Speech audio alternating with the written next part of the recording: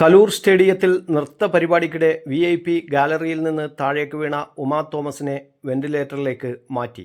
CT scan, MRI scan അടക്കം പരിശോധനകൾക്ക് ശേഷമാണ് വെന്റിലേറ്ററിലേക്ക് മാറ്റിയത്. വാരിയെല്ല് പൊട്ടി ശ്വാസകോശത്തിൽ മുറിവേറ്റു. തലച്ചോറിലും മുറിവുണ്ടായെന്നും നട്ടെല്ലിനും പരിക്കുണ്ടെന്നും ചികിത്സിക്കുന്ന കൊച്ചി റിനൈ മെഡിസിറ്റിയിലെ ഡോക്ടർമാർ പറഞ്ഞു. അടിയന്തര ശസ്ത്രക്രിയ നടത്തില്ലെന്നും ശ്വാസകോശത്തിൽ രക്തം കയറിയെന്നുമാണ് ഡോക്ടർമാർ പ്രതികരിച്ചത്. ശ്വാസകോശത്തിനും തലച്ചോറിനും സാരമായി പരിക്കേറ്റിട്ടുണ്ട്. ബോധം, പ്രതികരണം, ഓർമ്മയെ ഒക്കെ ബാധിക്കാവുന്ന ക്ഷതങ്ങളാണ് ഏറ്റിട്ടുള്ളത്. പെട്ടെന്ന് ഭേദമാകുന്ന പരിക്കുകളല്ല ഉണ്ടായിരിക്കുന്നതെന്നും ഡോക്ടർമാർ പറഞ്ഞു. മന്ത്രി സജി ചെറിയാനും കോൺഗ്രസ് നേതാക്കളും പ്രവർത്തകരുമടക്കം ആശുപത്രിയിലെത്തിയിരുന്നു.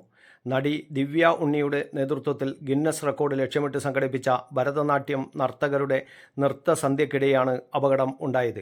പരിപാടി ആരംഭിക്കാനിരിക്കെ സ്റ്റേഡിയത്തിലെത്തിയ MLA മന്ത്രി സജി ചെറിയാനെ അഭിവാദ്യം ചെയ്ത ശേഷം തൻ്റെ ഇരിപ്പിടത്തിലേക്ക് ഇരിക്കാനായി പോകുമ്പോൾ കാൽ വഴുതി താഴേക്ക് വീണുവെന്നാണ് മനസ്സിലാക്കുന്നത്. ഇവിടെ സ്ഥാപിച്ച താൽക്കാലിക ബാരിക്കേഡ് ബലമുള്ളതായിരുന്നില്ല.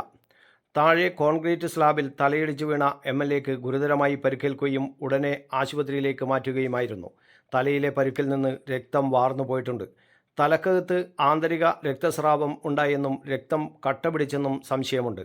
പാലാരിവട്ടം റിനൈ മെഡിസിറ്റിയിൽ ട്രോമ കെയറിലാണ് അവരെ പ്രവേശിപ്പിച്ചിരിക്കുന്നത്. News bureau, Kannur media.